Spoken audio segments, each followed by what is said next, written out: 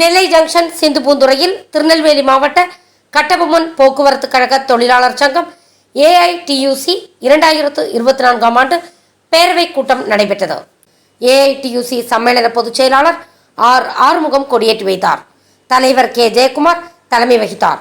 உப தலைவர்கள் A Subramanian, S Ramasamy, G Manimaran, G Sivamurugan, S Vanumamalai, P Francis Jeevarasan ஆகியோர் முன்னிலை வகித்தனர். காரியதரிசி S காளிராஜ் வரவேற்புரையாற்றினார். காரியதரிசி S வெங்கடேசன் அஞ்சலி தீர்மானம் வாசித்தார். நெல்லை மாவட்ட AITUC உதவி தலைவர் ரங்கன் துவக்க உரையாற்றினார். பொது காரியதரிசி N உலகநாதன் வேலை அறிக்கை வாசித்தார். பொருளாளர் ராமர் வரவு செலவு அறிக்கை வாசித்தார். தமிழ்நாடு AITUC மாநில தலைவர் S காசி விஸ்வநாதன், பொதுச் செயலாளர் ஆறுமுகம் ஆகியோர் சிறப்புரையாற்றினர். சட்ட ஆலோசகர் P கணபதி சுப்பிரமணியன், நெல்லை மாவட்ட பொதுச் செயலாளர் சடையப்பன், தூத்துக்குடி மாவட்ட தலைவர் A கிருஷ்ணராஜ், தென்காசி மாவட்ட பொதுச் செயலாளர் T சுப்பையா, ஓய்வூதியர் அமைப்பு S சங்கரலிங்கம் ஆகியோர் வாழ்த்துரை வழங்கினர்.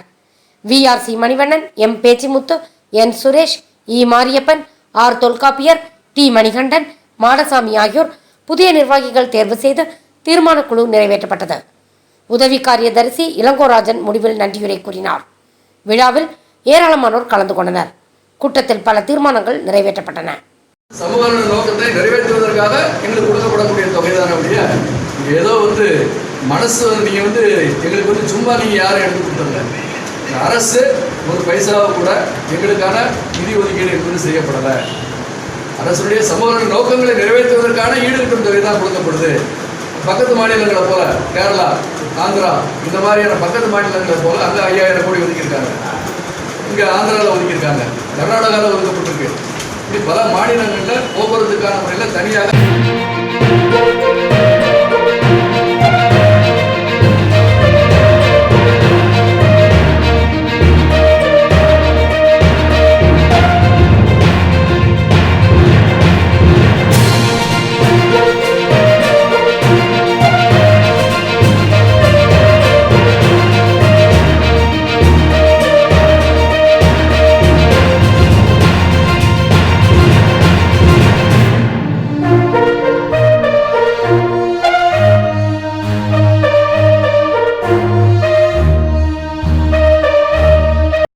ஃபார் வாட்சிங் உண்மை செய்திகள்.